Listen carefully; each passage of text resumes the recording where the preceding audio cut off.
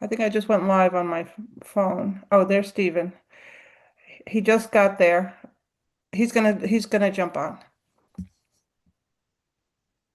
Oh, it's being live streamed from my phone. Oh no. Can someone see if we're on X? Yeah, because I put it on X too. So I think I was trying to. You're live. You're live. Hi, everybody. Hey, we're I on don't want to be live. Yeah. Because I All put it right. on X too. So I think I was trying to. You're live. You're live. Hi, Thank everybody. Hey, we're I on. don't want to be live. Welcome, all right. Too, Welcome so everybody I to think I was 20. trying to. You're live. You're live. Hi, Thank everybody. Hey, we're I on. don't want to be live. Welcome, all right. Too, Welcome so everybody I to think I was 20. trying to. You're live. You're But live. somebody shut it off, whatever that is, Dave. To be live. Welcome, all right. Welcome So everybody to I think I was 20. trying to. You're live. You're live. But somebody shut it off, whatever that is, Dave. To be live. Isn't working. All right, I don't know why there was all that echo, what was going on there? Are we still live? Yes, that was very entertaining. All right, I have no idea what that happened there, but it seemed like we were on repeat for a while. Well, Are we live? I just deleted the apps from my phone. Okay, let's get started. let's usually start. Obviously, we are very technology challenged and new to this, but welcome everybody to 2026, right? A big year, Project Civica's inaugural meeting for 2026. And we want to talk about what we're doing this year, especially the first quarter. We've kind of got that somewhat mapped out and let you know about some upcoming events. And then we thought, because of all the big news over the holiday with Minnesota, and I'm blanking on the kid's first name, Shirley, Nick. Nick Shirley's report on Minnesota's fraud and with daycare centers, that we give you a little bit of a hint if anybody wanted to dig into their own county and dig into their own, their own locality. You do need state data, and you may need to do some foils. There is some public information. So we thought we'd kind of give people a little bit of a head start on that and show you where to go to look. And if you're interested in pursuing that locally, that is, I think, a good thing. It is part of civics, right? Overseeing your government includes the budget and money and how it's being spent, and making sure that our elected officials are spending our money, our tax money, wisely, which apparently it seems they haven't been. So I know that nationally they're saying they're going to investigate New York, but that's no reason why we can't, as citizens, look ourselves and see what we see. So I think we'll start with a prayer. Let me introduce myself for anybody that's new. My name is Kim Hermance. I am the president of Project Civica and co-founder, and the other person you see with the Project Civica logo is Danielle Casase, my co-founder. And we usually start with a prayer, opening prayer. So Danielle, if you want to begin with that. Okay, sure. Lord, we invite you to this meeting with us. We ask that we would be productive, that we would be wise in our pursuit of truth and securing freedom for New Yorkers. Bless us with the resources we need and with great success. New York really needs you to be a part of all this. We thank you in Jesus' name. Amen. Amen. So basically, Project Civica is involved in civic action and civic education because, of course, we're seeing a lot of things happen in our society. We celebrate our protections in this 250th anniversary of the United States, but we see that there's a lot of things that need to get done. So we have been putting forward some initiatives in the past 2 years, and we're kind of getting the kinks out of all of that, one of them being technology. There's a lot of work being done behind the scenes, but sometimes the technology area um, causes us to have a little bit of hesitation in getting it out there. So we really appreciate the having to re-register, having to put up with our system that sometimes doesn't work as well. We just realized that there were a bunch of people that had been communicating with us and we didn't see those communications. So hopefully our system is up on track for 2026. Please email us if you have any problems. We'd really like to know if you have any glitches with Zoom, with any of our technology especially. We would really appreciate you letting us know. We have a phone number on our website. You could always contact us by text or by email. So that would be really helpful to us. So we're going to do a little bit of an update. We'll introduce you to some of the things that are happening and what we're planning to do in the future this year, because we see that our constitutional limits are really being pressed, and we want to make sure that people are informed, educated, and prepared to make challenges, because our system actually gives us a lot of protections and a lot of provisions, and we have some very knowledgeable people out in our they're accessible to you, and we want to bring them to you. So before we get into our main teaching, I'd like to ask Patrick, who is our precinct strategy coordinator. He's got a plan going on, and I'd like to introduce him, and he'll tell you all about it. Okay, if you haven't heard of it, precinct strategy is pretty much a simple idea. I'm going to stick with both Republican and Democratic parties. There are other parties depending on the state, but in New York State we have Republican, the Democratic, and then we also have the working families and conservative parties, the primary parties being the Republican and the Democrat. Those parties are composed at the most basic level of committee persons. Committee persons represent election districts. That's the smallest unit of representation in the state. And committeeman is a party position that you can petition for. There's no special requirement other than that you're a registered party voter. You would petition for this committee position to become the party representation of an election district. What we've found throughout the country, but also in New York State, is these election districts are vacant of party representation. And what our effort does, this is an idea that was put together by a gentleman named Dan Schultz, previously from Arizona, now from Wisconsin, that we can petition when the time for petitioning comes, which is every 2 years, and it's odd numbered years and even numbered years, depending on the county, that allows people to become committee persons within their registered party.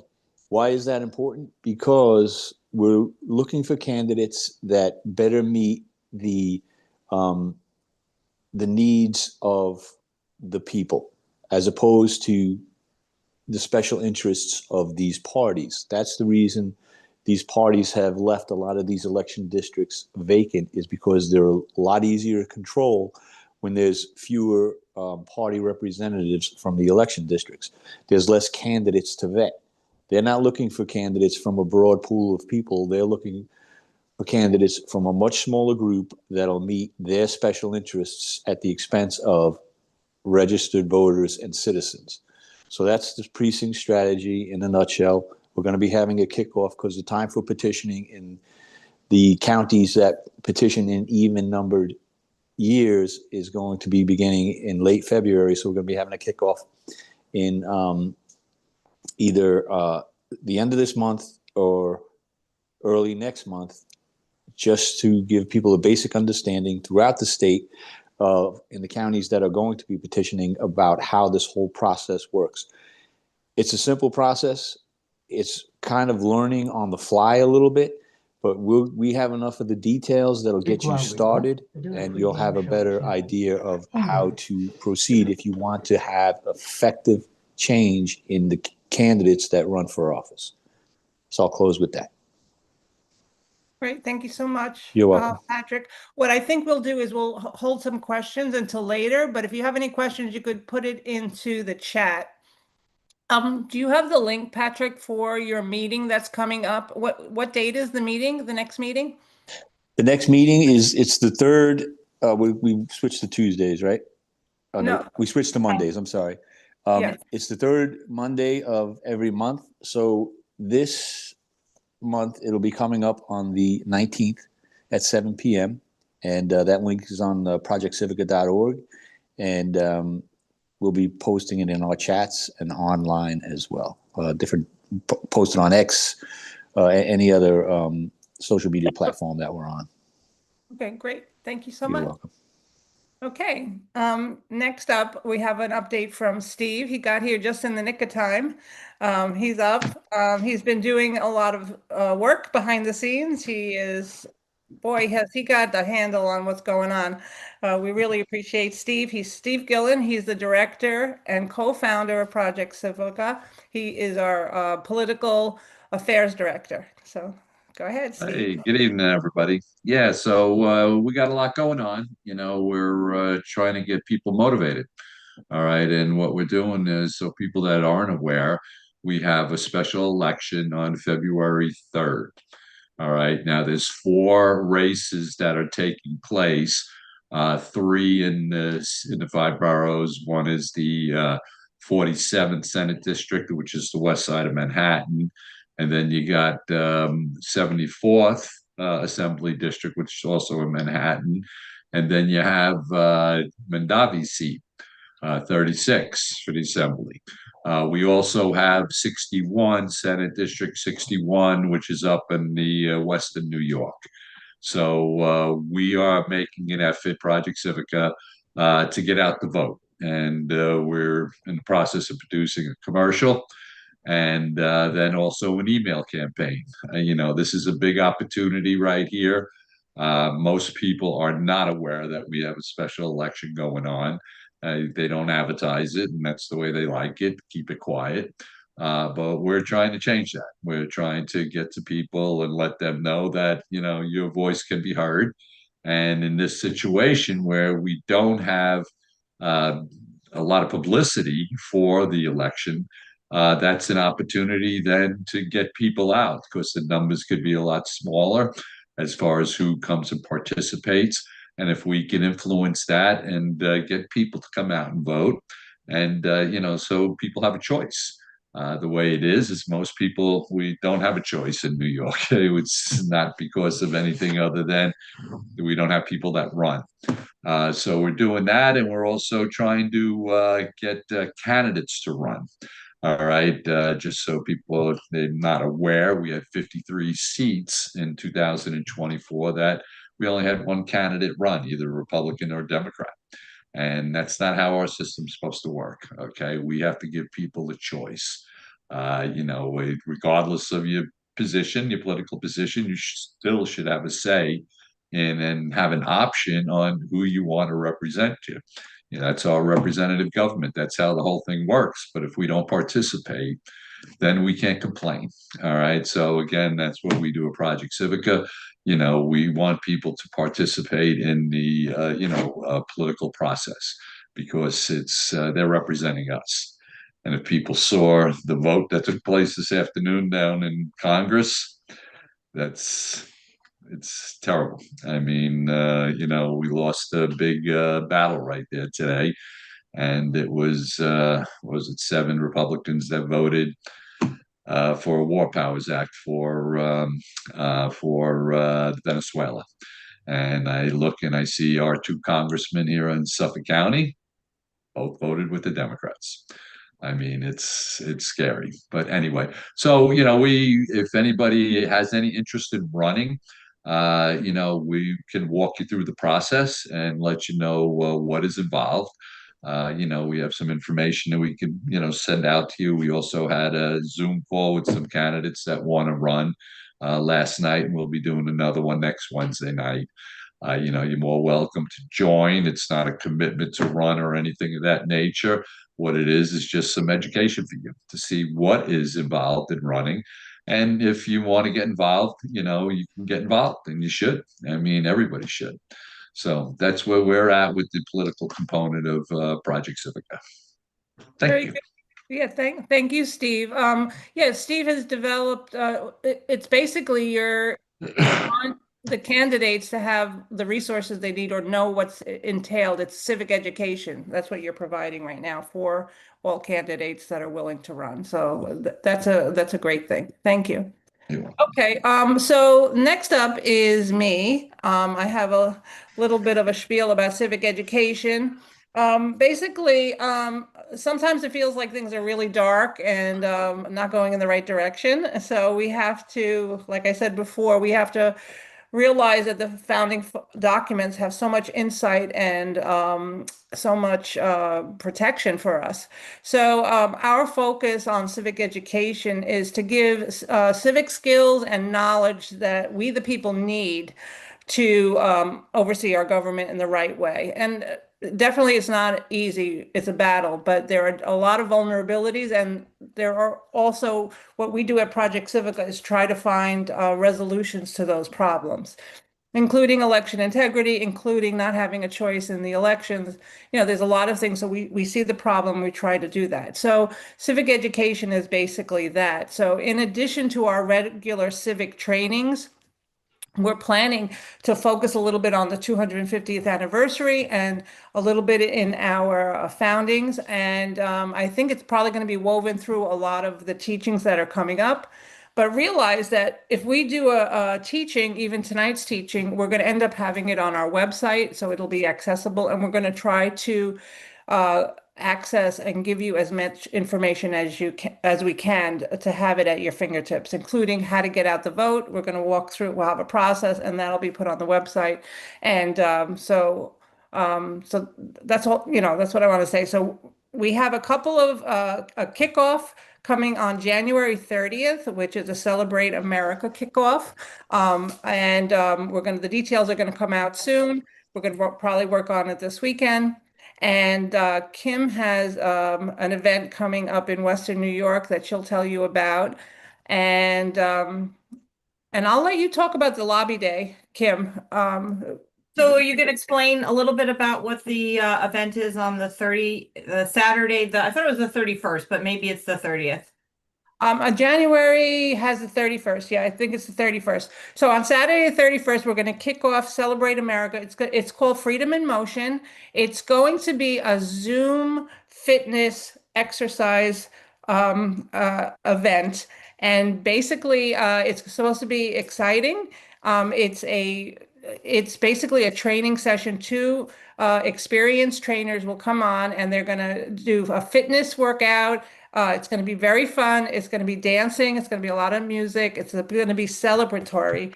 And we're going to charge, we haven't figured out or confirmed what the amount would be, but it is going to be a fundraiser. And then you'll get the video of the event also.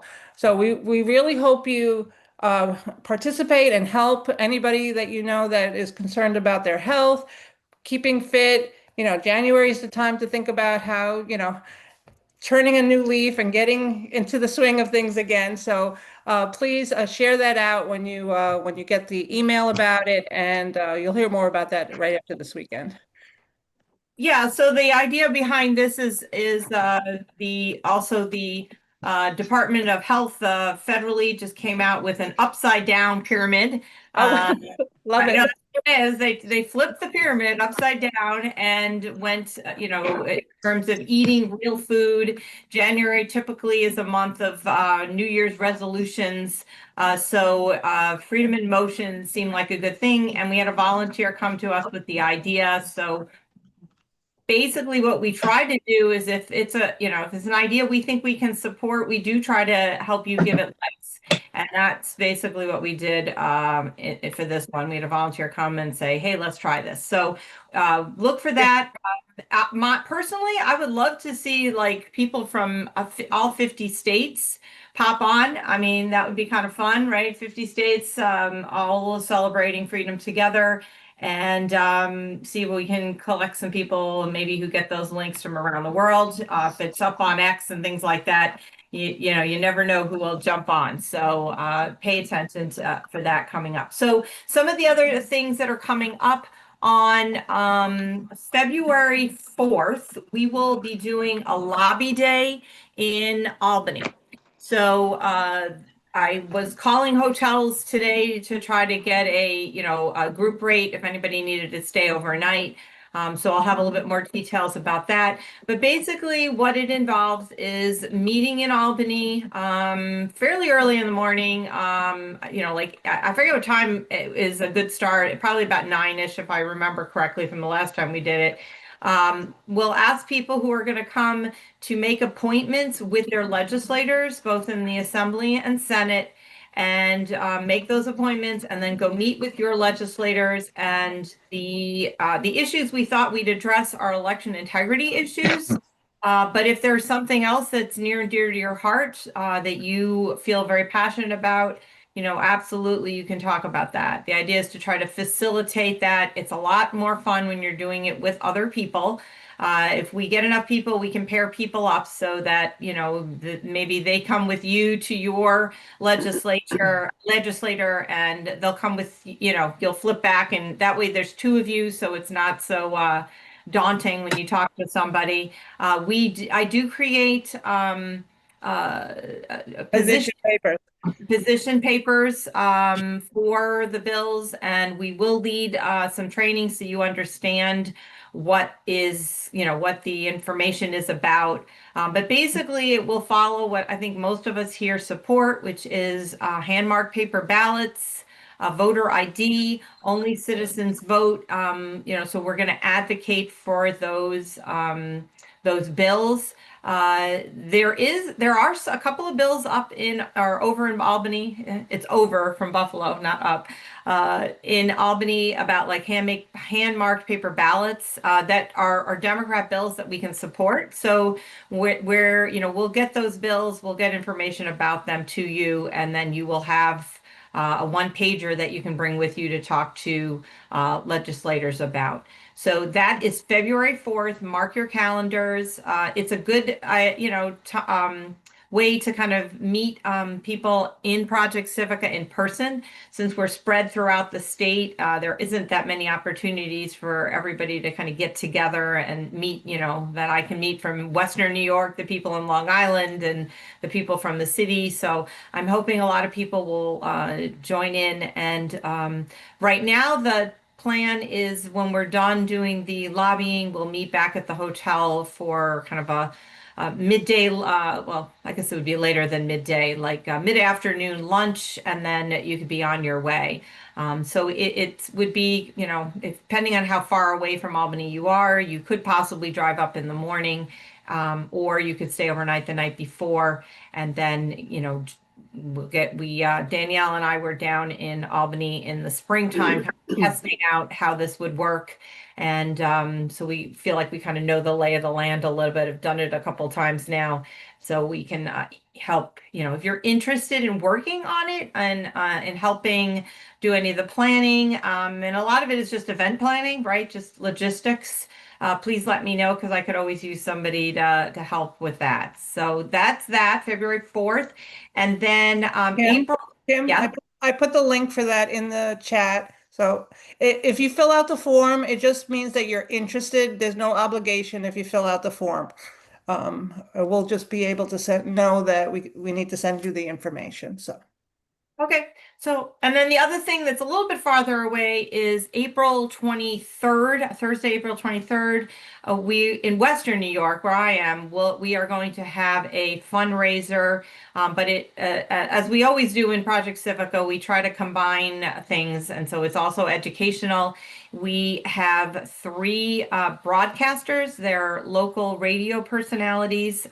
Anybody from Western New York will recognize the Finn Guys. They have a radio show on Saturdays from, I think it's 1 to 3. And we also have the show is called Hammer Time. Dominic Cortez, he's a home build or a construction like home improvement business owner in Western New York. He has a radio show called Hammer Time, and he has been using his voice to advocate against this all electricity plan New York has got going, where they're trying to outlaw any kind of natural gas. So that's kind of something he's been known for in the last year or so. He's really gotten active civically, advocating for the use of natural gas, which is clean, it's cheap, and upstate New York, on a cold blizzardy day, if you lose power, it could be the difference between life and death for us up here. So, anyways, so that's upcoming too. So kind of pay attention for that. Okay, very What else good. am I missing? Okay, well, we also wanted to, I think that's what we're going to cover on the initiatives. Is there anything else you wanted to cover? Oh, um, a lot of people, we have not been in contact with some people since the election. So if anybody wants more information, please realize you can text us or email us from the website, and we get that directly, Kim and I, and we will get back to you. And we also would like you to know that we set aside some time. I have a call available on Wednesday. Wednesday, hmm, when is it? Wednesday. The date, is that what you're looking for? It's Wednesday evening, and The 14th? no, I'm going to set aside time because what happens is I speak to a lot of people during the week, and I'd like to have a set time where we could work through some of the some project issues, whatever project somebody's working on, or if they have questions, or if they want to know about the volunteer opportunities, how to get involved, or what to do. I have set aside volunteer time. I believe it's Tuesday evening and Wednesday noon. Yeah, that's it. So, but that goes out in the newsletter. So if you'd like to contact us, look at your newsletter. If you're not getting your newsletter, please send us a message also, because there's a lot of information in there for you. Yeah, Okay. and now that we're in the new legislative session, in Albany, that newsletter will have calls to action. Basically what we do with that is, if there's a bill or something we want you to advocate for or against, we'll put information about the bill in there, and then we'll ask you to send emails and make phone calls. And we'll give you the script. We tell you what to say. You literally have to read it. It's not scary because they generally don't even ask you any kind of questions. You get on the phone, you call, you'll get a secretary, and you just say, you know, hey, I'm supporting such and such a bill because, or I'm against such and such a bill because, and they just say, okay, thank you, what's your name? And they kind of just keep track of the number of phone calls they're getting. You rarely get any kind of any other questions. That's true even if you call federally. So there may be, like, for example, we're still trying to get the SAVE Act passed, which is only citizens vote. So there may be a call to action to call, you know, Gillibrand and Schumer, even to call other senators from other states. So, you know, if that happens, then we'll let you know. And it's the same thing. I know I thought it'd be a little bit more, you know, more confrontational calling, and it's not. It's very easy, very simple, and we tell you exactly what to say. So Can we that's can we newsletter. call Steve's congressman? Let him know. Yeah, I mean, actually, you know, I thought that the recent vote in the Senate, it actually was just to move something forward towards a vote. So I don't know that it's actually a decision that goes to the president's desk yet, but maybe Steve heard it better than me. I mean, you know, was hearing something in passing. So I'm going to be calling tomorrow, both my congressmen. I mean, you know, it really ties the hands of the president of Venezuela. It ties up his whole plan. And, you know, we had all these Republicans that voted for it. And So there were two votes that went down today. Mhm. One was that vote about the War Powers Act in Venezuela. And another one was extension the Obamacare credits in the House. 3 Yes. years. 3 years they extended. So you're right. Like Andrew Garbarino and Nick LaLota were two of the Republicans that voted for that extension, but that still has to go to the Senate And my understanding is it's DOA in the Senate. So I don't know if that's going to Hopefully. move forward. And then the War Powers thing, that still has to go. That was like a rule vote Yes. and still has to go before the full Senate and would be susceptible to being filibustered. So Yeah. Yeah, That's but the point being is that that's not why we elected these guys. Okay. I agree with you So about Garbarino and Lolota. Yeah, yes, that's not why we elected them. All Lawler right. and Lawler. Andrew Yeah. Lawler. Lawler also. Yeah. Well, this is an opportunity, so if anybody's interested, let us know. Maybe everybody can call and if you have a script, Steve, you want everybody to call, we could put it on the chat. Easy question. I'm just going to ask them, explain to me your position. Explain to me your position, why you would take that and vote that way. That's all I want to know. Okay, very good. So So we actually, appreciate, yeah, we do have another newsletter coming out. We can put it right in the that call to action. I mean, anybody in New York could call any of those. yeah, great. We'll put the numbers in. That's a good idea. So And we it's a have good one more, practice. we have one more initiative to go. I'm sorry, I'm pushing through. No, that's all right. Good. We'll talk afterwards.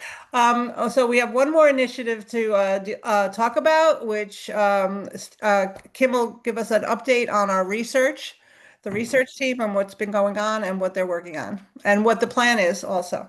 Okay, so the voter roll research team has been busy working. We all of our research that we did in the past, year and a half, 2 years, is compiled in a report that is, we had hoped to have it out this week, but it's hard to do the editing amongst all the other things that happens with Project Civica and in real life, but we're very close to getting it out the door. We were trying to make sure that everything was accurate in it. And the funny part about it is the more we edit it, the longer it gets. But Kim keeps putting more in, and I keep taking more. True. It is true.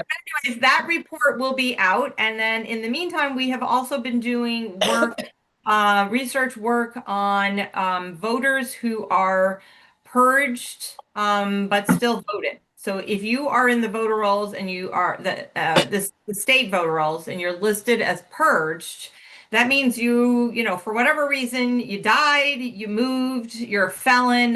There's numerous reasons why somebody might be purged. But in the very least, you're not supposed to have voted, right? And if you did vote it, usually it's by an affidavit, and you would not expect several tens of thousands of these records that, maybe here and there's somebody that got mistakenly purged, or they moved out and they moved back, or, that kind of a thing. But you would not expect well over 100,000, which is some of the numbers we're seeing. So we are in the process of digging into that to see why these folks have voted. And surprise, surprise, some of you may remember one of our team members, Dean Anthony. He passed away this fall. It turns out he suddenly now has become a purged but voted voter, which he had coined. I think it's him who coined the name Dead Voters Society when we were looking at dead voters, which we still are doing. So he has now turned up on the list, even though we know he passed away, sadly, in September. He is listed on the voter rolls as dying in August of 2024, which means he apparently voted dead in the 2024 election last year. So I think he's laughing at us from heaven, to be honest with you. But, he just shows how there's a real major problem. Here's somebody who's near and dear to our hearts, and his record is all messed up. And that's basically one of the big things we're investigating. We also have some new records of New Jersey, New York, double registrations to go through. We did report all of the double votes from last year. So these are people who are registered in New York and in New Jersey. And there's a recorded vote in New York and New Jersey. So we call them double votes, cross-state double votes. We had almost 400 of them. All of them have been reported to district attorneys. And I literally talked to, I think, my 5th or 6th district attorney this week from Dutchess County, who they're in the midst of investigating it. And actually, this guy is trying to find out who in the federal government I would send these records to. So he was very helpful. So so if you're interested in digging into the voter rolls, if you're interested in even just coming to a meeting and kind of seeing what the voter rolls look like and what the problems are for yourself, join us on Monday nights at 8 o'clock. And we have an agenda, and there's a bunch of different projects going on. One of the other projects we're looking into is discrepancies between the county rolls, because each of the counties have their own set of rolls, and then the New York State official rolls, because that data doesn't seem to be it should be the same, and it doesn't appear to be right now. So all of that gets compiled into a report. A lot of times initially, as we're investigating, I'll take snippets of the data and stick it in our Substack. And that way it's kind of held there a little bit, all that data. And when we have to put it together in a report, I know where to go get some of those charts and everything quickly. So that's just a snippet of what we're doing there. I think the voter rolls are going to be very important this year again, because it's a federal election cycle.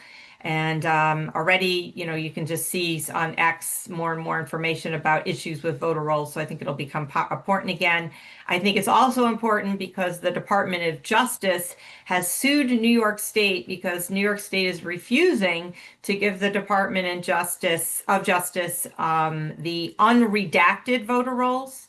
So they have given the Department of Justice the voter rolls that we get, the public ones, but that does not have Social Security numbers. It doesn't have driver's license numbers. It does not have the maintenance information, which is something that the Department of Justice needs to determine whether the state is following the National Voter Registration Act and the Help America Vote Act. And so that there's a whole lawsuit going on about that. So we'll see how that turns up. But that should keep voter rolls, at least in the news cycle, to some extent. And the Department of Justice just sued another 2 states. And I think the total is up to 23 states that are refusing to give their voter rolls to the federal government, which is kind of funny because they're all willing to give their voter rolls to Eric. They're willing to sell the information, your personal identifying information, to like insurance companies. But they're not willing to give it to the federal government I think I know why, because they know they're not complying, but it's very interesting. So Yeah. that's that aspect. I just want to point out there's a lot of we're doing a lot of projects and initiatives. So we hope we don't want you to be overwhelmed with all the information. But if there's one area that you're very particularly interested in, even if it's a little bit outside of what we're doing, please let us know. Please join one of the teams. We could use your help. And there's always something to do. Or if you have administrative or technological help, it would be good also, because there's a lot of we have to keep everything going. The emails, the newsletter. We would like to do a little bit more with current events and tying that into the 250th anniversary. Like I said, we like to look at a problem and find the resolution to it and see what we could do about it. So please don't be overwhelmed, but we will welcome anybody to be part of any team. If you're not on a team, if you're already busy, don't get overextended. So now we get to the meat of the evening. And are there any questions? I just want to, before you do that, is there any questions about something that we've already discussed before we move on? Okay, very good. Do you want to introduce Anne Marie, Kim? Is Anne Marie on? Yes, she is. All right, well, let me show the video first, and then we'll go from there. So hopefully you guys are seeing my screen. Okay, I am not going to show this whole video. It's, I think, 43 minutes long, so we're not going to do the whole thing. But I just wanted to give you a snippet of the beginning of it. And I assume most people have heard about this, but if you haven't, this will give you a little bit of a initial taste of what was kind of went wildfire I guess that was what, right after Christmas? I'm trying to think when that was. In between Christmas and New Year's maybe is when he posted it. In any case, I can't even tell you how many hits this kid got. He's in his 20s, on this story. It was all over the place, and it precipitated this stepped up effort in Minnesota. And I believe he probably is one of the people that probably caused Waltz to take himself out of the Minnesota race for governor. So let me show this briefly, just so you can kind of, in case some people here haven't seen it all or don't know what we're talking about, so you can get an idea of what was happening and where all this hoopla is coming from. Of course, it was working a second ago, and now it's not.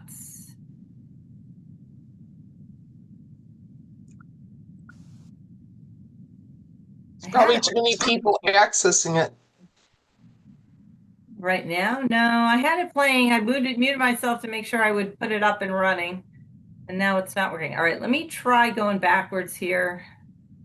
Maybe refresh that page because if it's been sitting idle.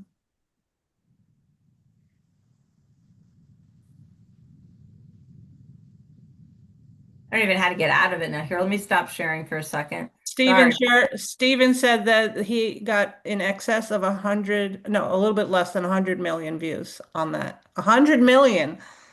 All right, let me go back. Let me start it up again. Because I tried to eliminate the commercial in the beginning. There's always a commercial.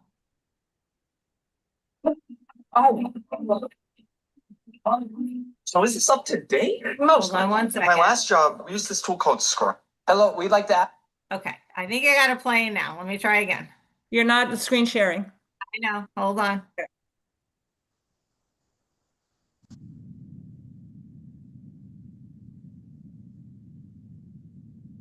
Ask where the money's going. What do you guys think about the fraud that's taking place here in Minnesota? I don't think anybody is enabling fraud to happen. Hold Governor Walz accountable for this. What was this money spent on? 1.26 million. What was that money spent on? There aren't any kids. Answer the question. Are there children? There's no children inside this building. Potentially the largest fraud scandal in U.S. history is taking place in Minnesota, as literally billions of dollars have been funneled through Somali-ran fraudulent businesses. So much fraud, it could actually almost replace the entire GDP of Somalia. These fraudsters have worked hand in hand with the Minnesota government as they enabled billions of dollars to be given to fraudulent businesses underneath welfare purposes. Some of this money eventually landed in the hands of terrorist groups in Somalia like the Al-Shabaab, and others enriched themselves all at the U.S. taxpayers' expense. And in this video, we will break down all of the fraud from start to finish, from going to the fraudulent businesses and confronting the people who are making millions of dollars from the government. And we will also be confronting the incompetent government leaders who let this fraud happen. And to make this happen, I met up with a man who's been doing his own investigation for years now, as he has seen the fraud firsthand. His name is David. Let's get into this and be prepared to be shocked. How deep is this fraud here inside of Minnesota? It is far worse than anybody can imagine. You heard it's 7 to 10 billion and maybe more, and now the numbers have been revised and put out there publicly that they think it's more like 8 billion.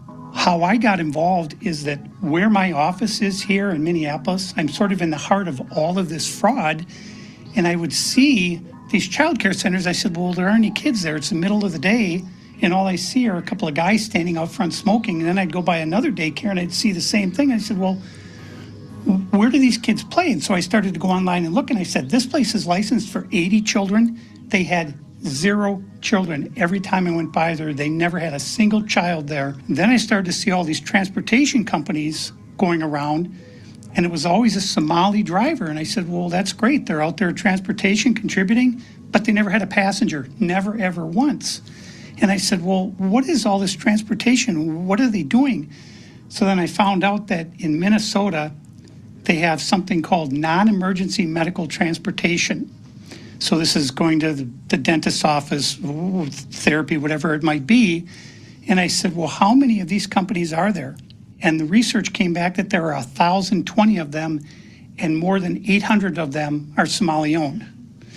Nobody from the state of Minnesota ever cross-checks to see if any rides were ever actually provided. All they did was write the check. So right here we have all this paperwork.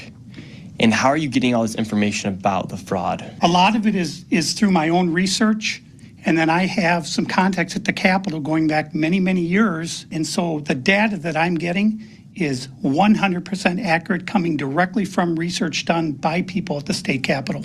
All this paperwork right here, what are we looking at? The areas of fraud that I have numbers for are mostly related to childcare. This is massive fraud that is beyond anyone's imagination, the scope. And so, for example, there's a childcare not far from here in Minneapolis that has two childcares listed at the same address, and together they're licensed supposedly for 120 children.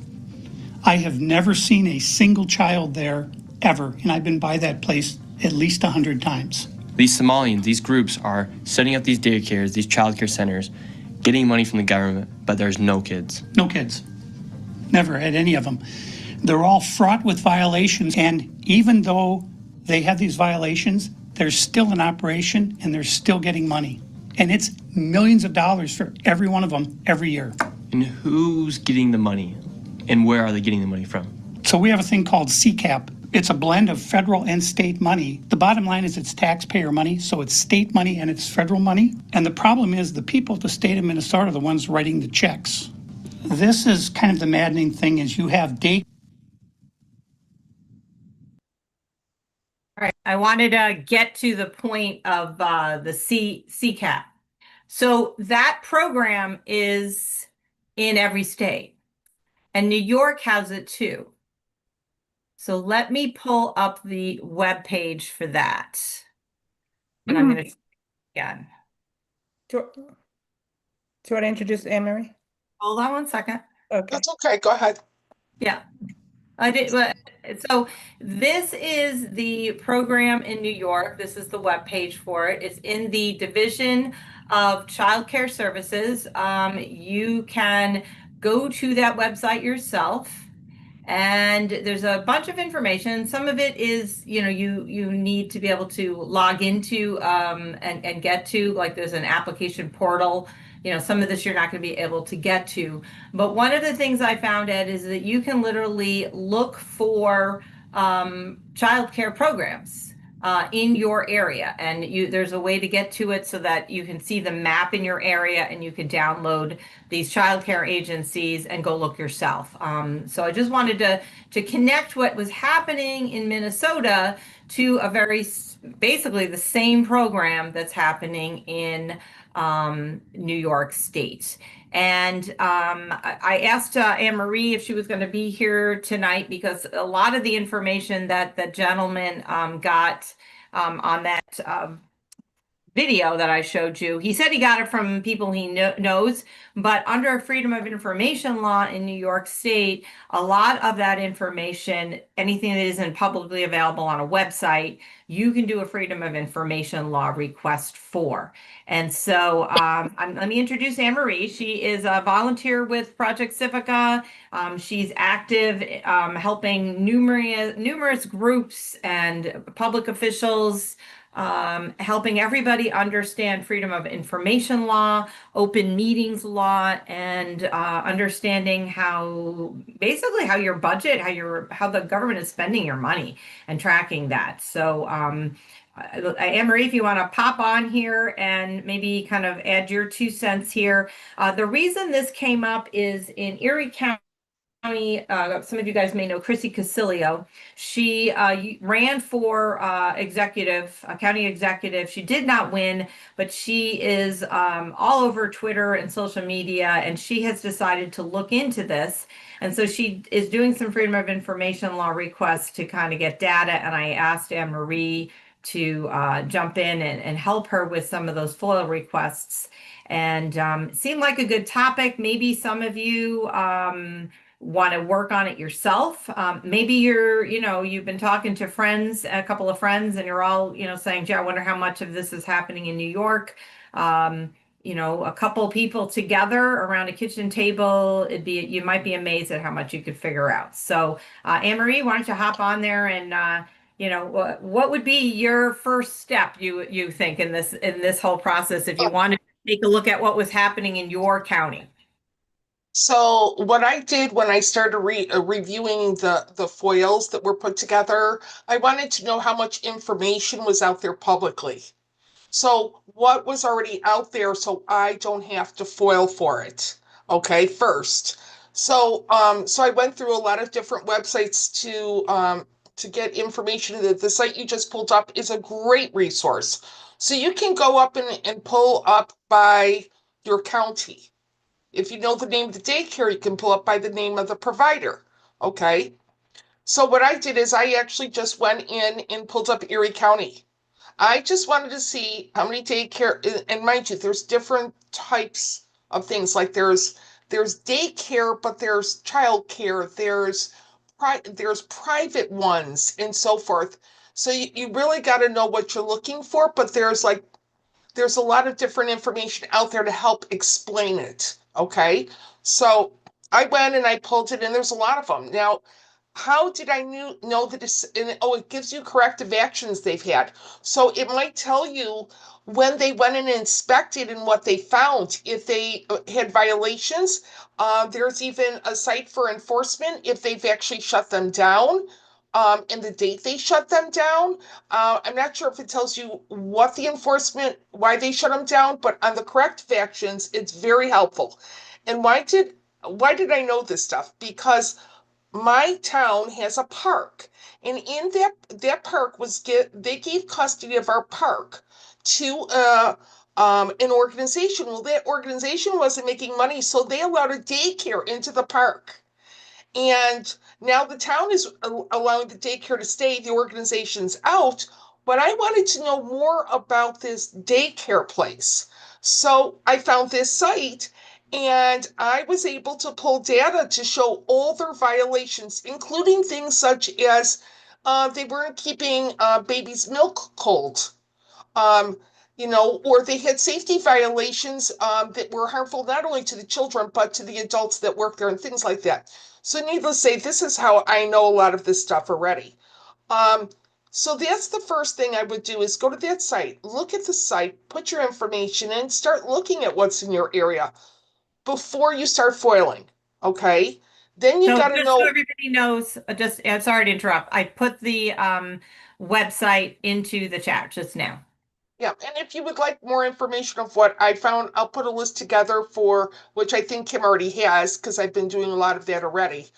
Um, but you try to find what's online before you foil because first of all, you want to know the records that you're foiling that they're going to get back to you are the actual records that they're actually giving you all the information.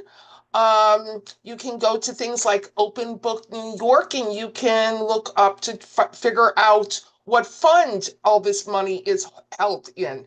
So understand the state doesn't distribute the money.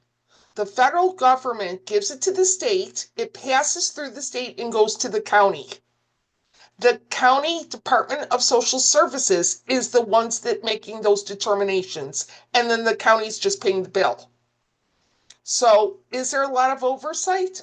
I don't know, but you got to start somewhere. And to me, we should have like a checklist of the things you first can get online, and then the type of documents you want to foil for. I would definitely foil for like a vendor list of all the daycares that receive, I think, what is it called? CPAP? What is that called? Is that CCAP. CPAP? CCAP. CCAP. That receive a CCAP subsidy, and I don't know if I would call it a subsidy as much as a CCAP payment.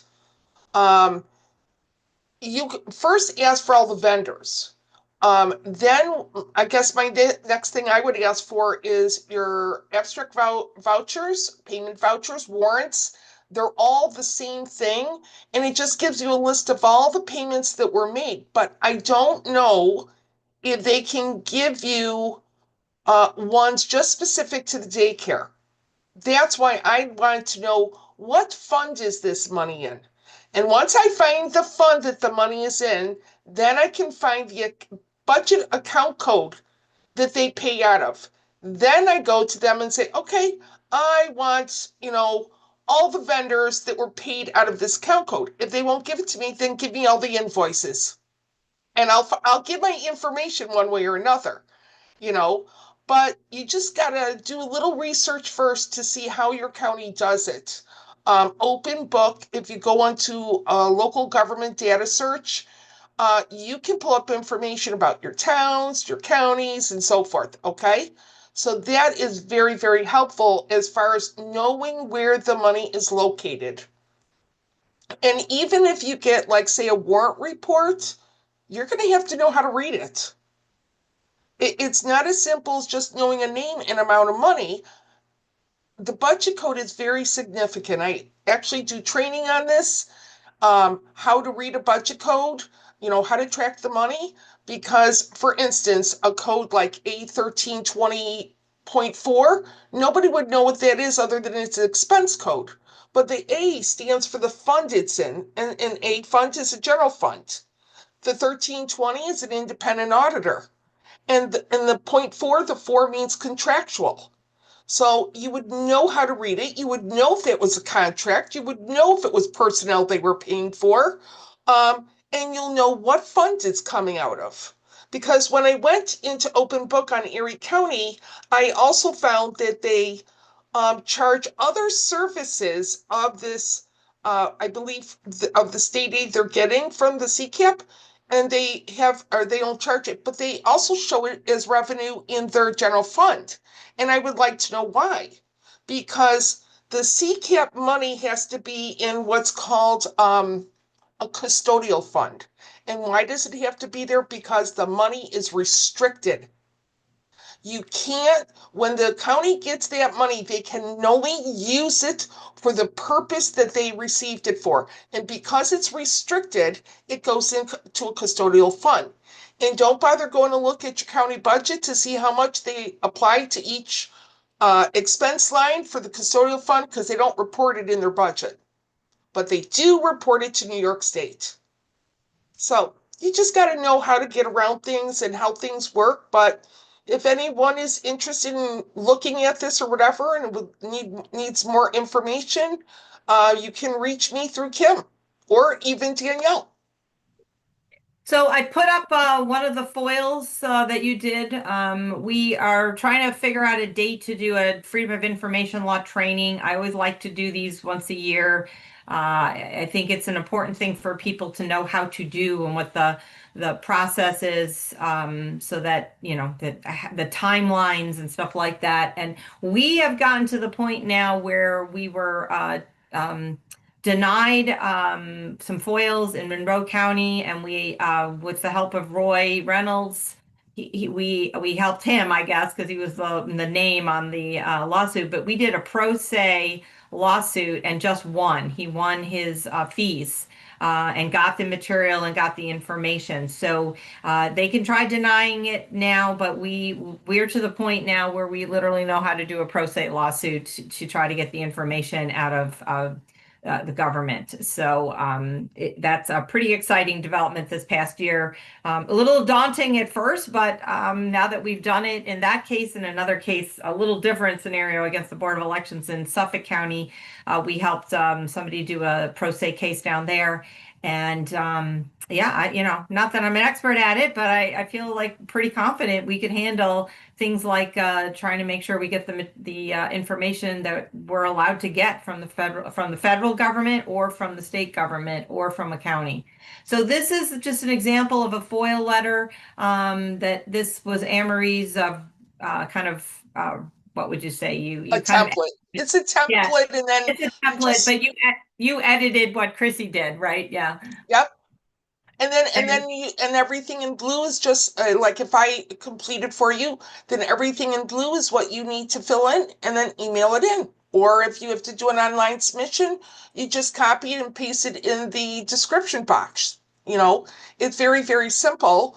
Really, the biggest thing, you can use the same form over and over. All you have to do is change the first paragraph.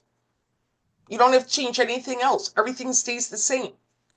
Yeah, it wouldn't be the whole first paragraph and two. It's just what you're looking for. Yep, You know, just the description. And remember, you're never asking for a record. You're asking for a copy of a record because you cannot get an actual record. You're going to get a copy of it. So that's what you're asking for. And if you don't know what it's called, take a moment and use AI to find out what it might be called. AI might come up and says, well, I don't know the name, but this is what it would include. Oh, then put that in there. Just say, shall include, but not limited to, so you can say, this is what I'm looking for. I don't know what it's called, but it should include this. yeah. Okay, or it should at least include this. You can't, there's no way to know all the different records and the names are called. I just do a lot of research because if I want the record, I'm going to give you the name of the record that I want. And Yeah. and also too, when some records, and I can tell you this has occurred in the town of Amherst, this has occurred in many municipalities across the state, including in Ulster County, Suffolk County. When you FOIL for a financial record, you should know what it includes, especially when you're FOILing for what's called a warrant report or an abstract voucher report, could be called a bill summary. All it is the payment of the bills. But the state comptroller has told me what should be in that warrant report. And just giving the name of the vendor and what you paid is just not enough. You got to tell me the budget account code it came out of, what fund it came out of. You have to give me your PO, your purchase order number. You have to give me your invoice number. You have to tell me the date you paid, the check number you paid with, or if you electronically did it.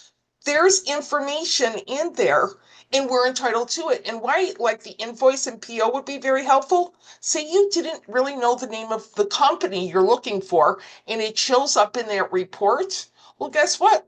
If it is the invoice and PO, and you want more information, request it. Because that's what I did when I found my town was paying a not-for-profit thousands and thousands of dollars a year, and they weren't registered at all. They weren't registered with the IRS. They weren't registered with the state. They weren't allowed to do business in the state. They had nothing. And we were turning over taxpayer money, and there was no contracts, no nothing. So, it's very important to know what you're looking at. And, when Roy filed for the records for Monroe County, we all sat there and we found so many different things that were a problem with the purchase order. And then realized we got all these purchase orders, but only one invoice. And they weren't going to give to us. And just so you know, when we went into the Article 78, that was because Monroe County refused to answer his appeal. They ignored his appeal. And guess what? They agreed. They made a mistake. They ignored the appeal, and that's why he got his costs of his lawsuit, because they violated the law and admitted it during oral argument. So, and he got the records too. And he But got the I'm records, sorry, yeah. I'm getting off track here. I do apologize. Anne-Marie is very passionate about this subject. But I wanted to keep it somewhat uncomplicated initially. I mean, if you delve into it, you may need more help with it. But initially, it would be that website. Take a look at that website. Take a look at the county. And look at the daycares. And, start with, we've got these templates. If you want them, we can send them to you.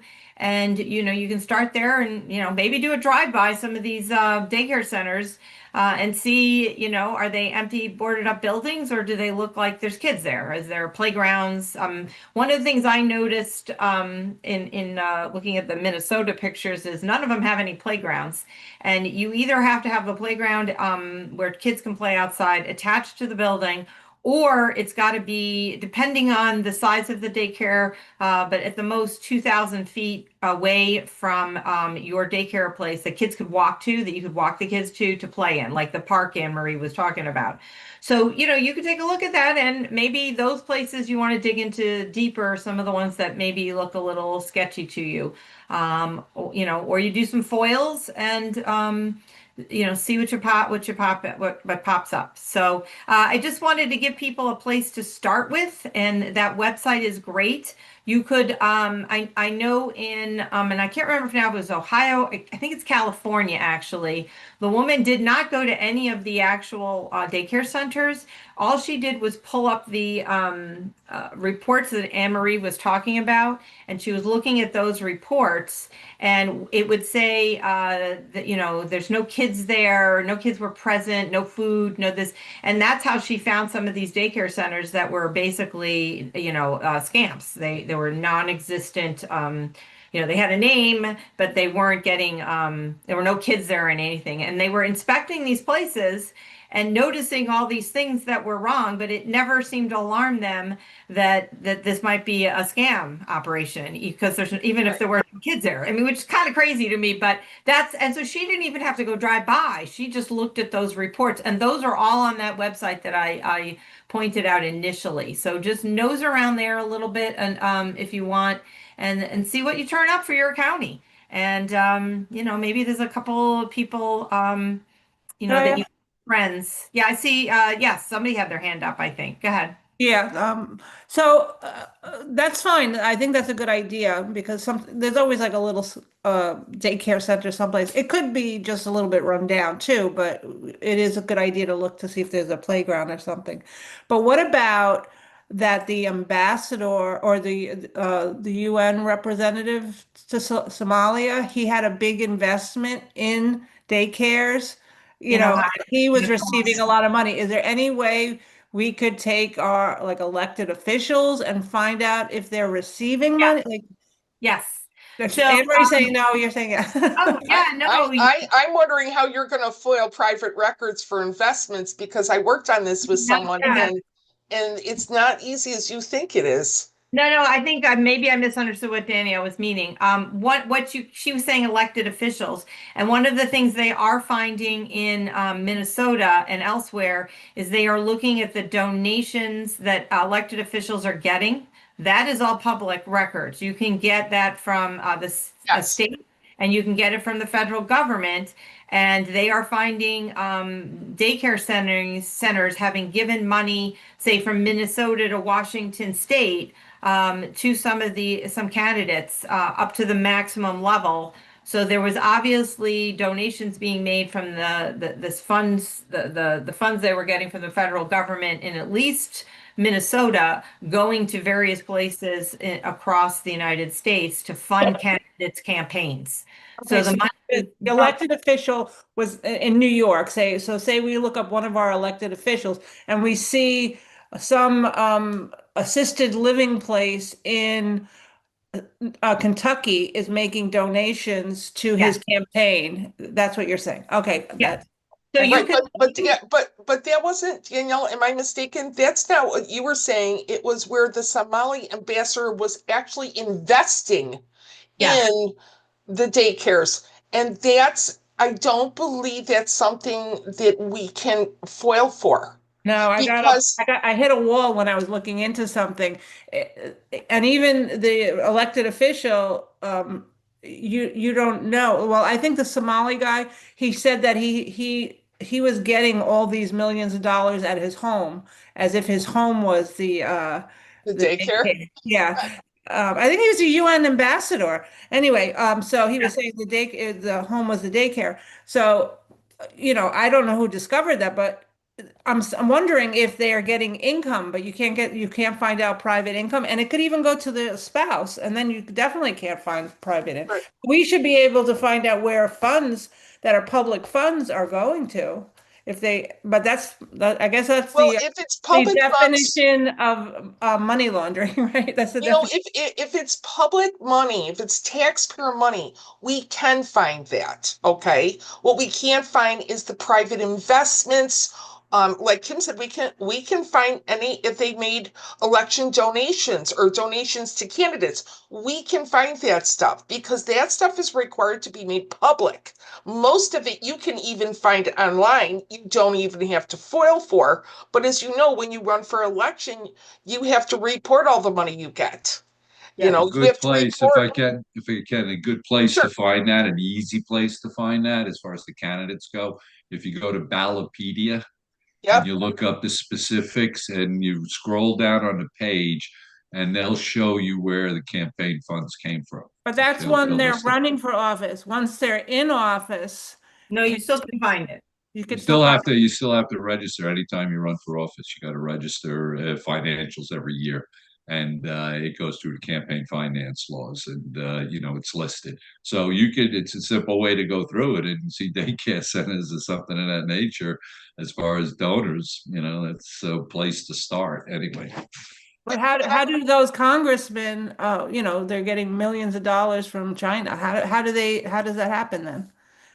Under the table, It's under the table. it's under the table. It's not listed on No, it's Ballotpedia not then. listed. Okay. It's not listed anywhere. You know, Stephen Stephen has his hand there's up. been an allegation out there, and I kind of think it came from General Flynn, that Speaker Johnson, his PAC, is or has received funds from taxpayer-funded daycares. So Wow. this is the kind of thing that you can verify with what you guys are talking about. Yeah, we have to find out where it's listed and how you find out that, you know. Can I ask one question? Does anyone know what federal fund, like the CPAP is from federal money? Is it called CPAP? Sorry, CPAP. I'm just, you know. Yeah. So CCAP, do we know where that money's coming from at the federal level? Like, in other words, the fund is coming out at the federal level, you know, because all it says is this is federal money.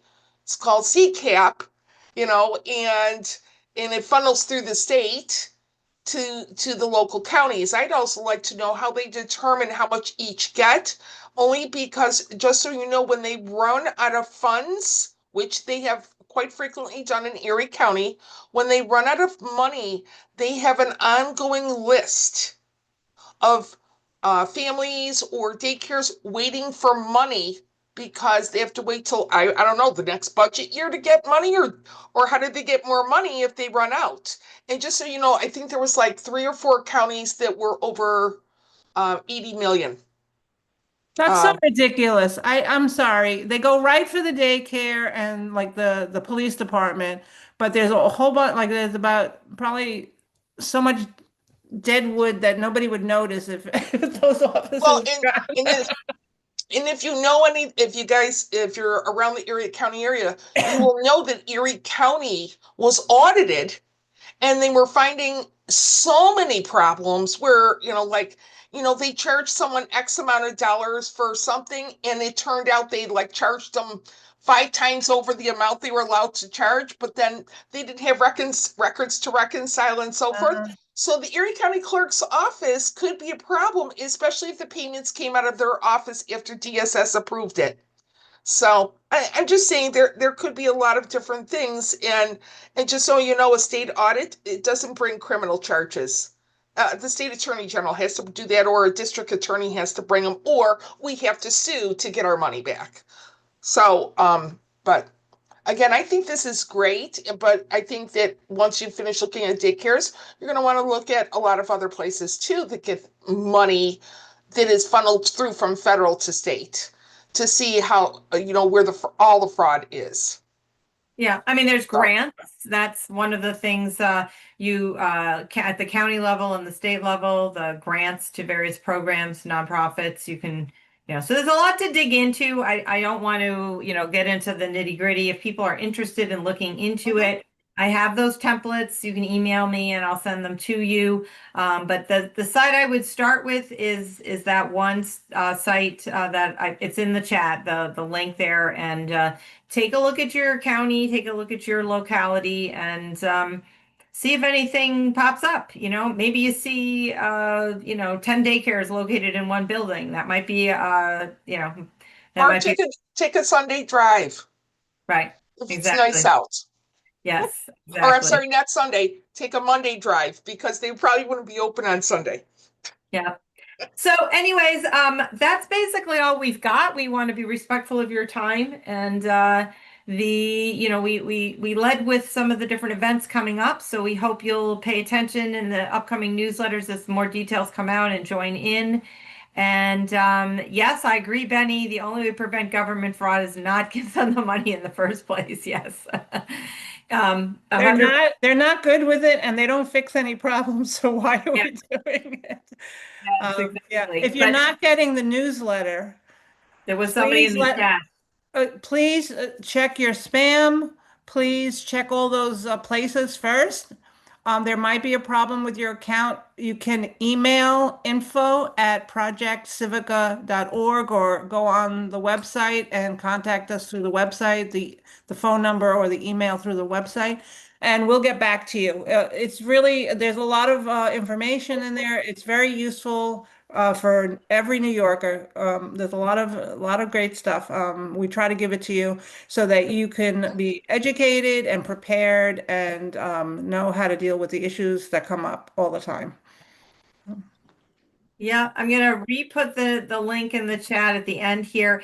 And I find it super interesting that both Mondani and Hochul are going all in. I saw somebody put that in the chat on universal childcare. They definitely don't seem to be reading the room right now. I'm not sure how much even you're independent. They like to stick their finger in your eye. That's what they like to do. They like to really bother you. It's interesting that they pick the programs that, I mean, I'm all for helping families and kids out, right? Have quality daycare for single moms or what, situations where people need it, or, people who are down on their luck and need rides to the doctor. I mean, all of us, that does tug at our hearts, but we want responsible use of our money. And obviously, I think it's going to be all over the news. And, if it's all the news and you get ticked off one day, here's the website. You can start looking into one aspect of it anyways. So every child at the age of 2 years old, regardless of household income, will be eligible for child. Well, doesn't that take the problem away? Because look what's happening in Minnesota. I think they're resolving a problem. If it goes from the federal government to the state to the county to a private organization, you could check that out. But if it goes right into the state budget, who's looking at the state where how the money is being distributed in the budget? That's the controller. But who knows what he's looking at? There's no accountability really once it doesn't. It gets lost in that budget, and then all of a sudden it costs each child $25,000 a day to be in that daycare, and we have no say in it. So I just think they just resolved their problem of having to be accountable for that money. Maybe we're missing the boat.